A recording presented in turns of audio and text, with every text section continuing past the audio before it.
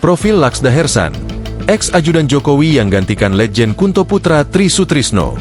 Jabatan Panglima Komando Gabungan Wilayah Pertahanan, Pangkogab Wilhan, yang semula diduduki Letjen Kunto Arif Wibowo, putra mantan Wakil Presiden Tri Sutrisno, telah digantikan oleh Laksamana Muda, Laksda, TNI Hersan.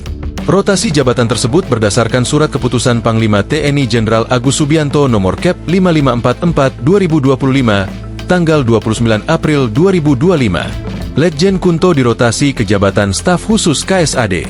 Adapun Laksda Hersan sebelumnya menjabat Pangko Armada 3 berdasarkan keputusan Panglima Tentara Nasional Indonesia nomor Kep 1286, 11 2023. Dengan jabatan baru sebagai Pangkogab Wilhan I, Hersan bakal naik pangkat menjadi Bintang 3 atau Laksamana Madya, Laksdia.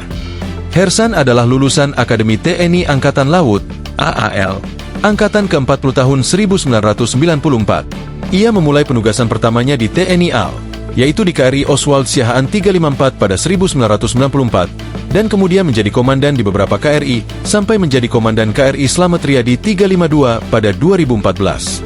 Pernah menjabat Komandan Lanal Palembang. Pada periode 2014 hingga 2016, Hersan pernah menjadi ajudan Presiden ke-7 Joko Widodo.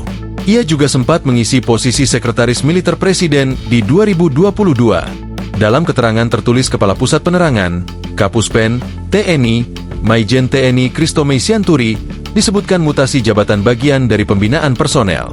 Mutasi ini adalah bagian dari sistem pembinaan personel sekaligus kebutuhan organisasi untuk menjawab tantangan tugas yang terus berkembang, ujar Christomei dalam keterangan tertulis.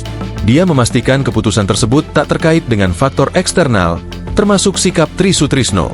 Namun tetap saja mutasi ini menjadi sorotan karena Jenderal Purnawirawan TNI Tri Sutrisno menjadi salah seorang purnawirawan yang menandatangani 8 tuntutan Forum Purnawirawan yang salah satu poinnya adalah mengganti Gibran Rakabuming Raka sebagai Wakil Presiden.